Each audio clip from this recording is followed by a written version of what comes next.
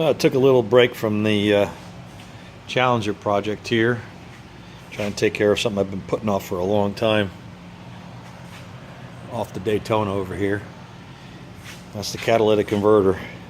Now, I really didn't want to have to hassle with this thing because it was a real bear to get this thing out. I really didn't want to deal with the cost of replacing it. OEM part, it's you know, if you can get it on online with a discount and everything, it's like $800, and then a core, if you get the core sent in, it's like $600, something like that. It was $650 or something like that. But I opted to try, which I'm a little nervous about doing, to use an aftermarket Flowmaster, which they say they're ready to fit. And we'll see about that, because it was a little bit of a bear to put the darn thing in here, and it's definitely a different size than the OEM part. The biggest hassle was getting it rotated in the right position, and also without dropping the rest of the exhaust. I had to pull it out of this pipe here, which wasn't easy. Actually, I guess you're supposed to take the rest of the exhaust down and go in that direction first. I've seen videos where guys take these things out, but I don't know how they would do it with taking out the studs that are up here. I ended up having to, well, one of them broke off, so that solved that problem. My first attempt to get this thing off. So I ended up drilling that one out, and the one on the other side over here, I decided to, instead of trying to struggle and get this thing installed around the stud, I'd cut it off. I've got some manifold bolts, and I've got it double nutted with a lock nut there, so hopefully that won't give me any problems. And the body of this thing's a little bit bigger than the OEM part, and that comes into play with that oxygen sensor right there. Trying to get that darn thing tightened up was a real bear. It wasn't a problem with the OEM part because, like I said, the body of this thing was a little bit smaller on the OEM piece, and it was easy to get in there with a 22 millimeter wrench, and just pretty easy to get it in and out. Same with the one in the back here. It's pretty easy to get it in and out. But anyway, so that's done. Hopefully that'll finally get rid of the check engine light. I did a little ride along with my mechanic, and he ran the diagnostic as we were driving, and you could clearly see that it was the right catalytic converter that the engine was asking for replacement. Anyway, we'll see. That engine light's been on for a year and a half now since I finished working on this car, so to speak. This is the other thing I wanted to show you over here.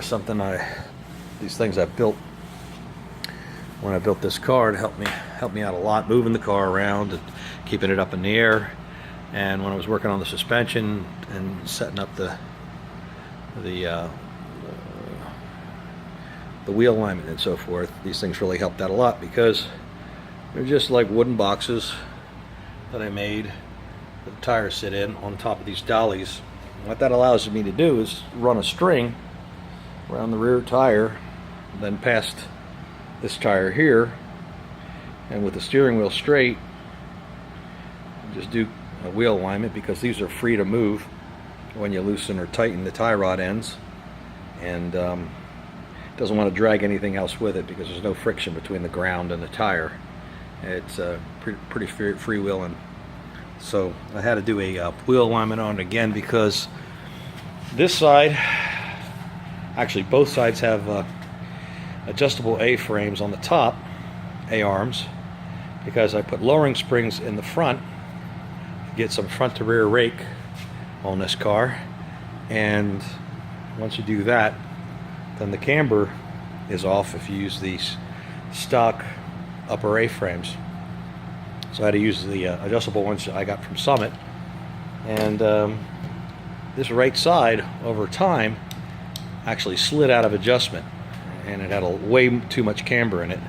So I remedied that. I can't really show you what I did to remedy that, to lock them, at least this side. The other side didn't slip. I just probably didn't get it torqued enough, which there's no real good method for locking them, which is a little mystifying to me since it's a major suspension component, but they're not under a lot of load from what I understand. But still, they did shift inwards, which freaked me out a little bit.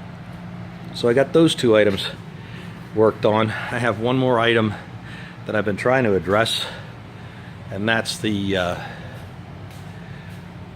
we've got a lot of drone from this aftermarket exhaust that I had put on, which I had it put on by some professionals who said that they could cure my problems if they just put a couple of flow masters on, and then that'd be that.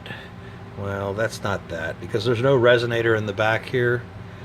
We get a lot of vibration and drone between 1800 and 2200 RPMs, and it's pretty annoying when the car's under load. So one of the solutions some folks have said would be a good idea would be right in this area here to put a small glass pack sort of in the position where a resonator would go. That way you wouldn't diminish the sound too badly, but it would also kill that droning sound when you get into that RPM range.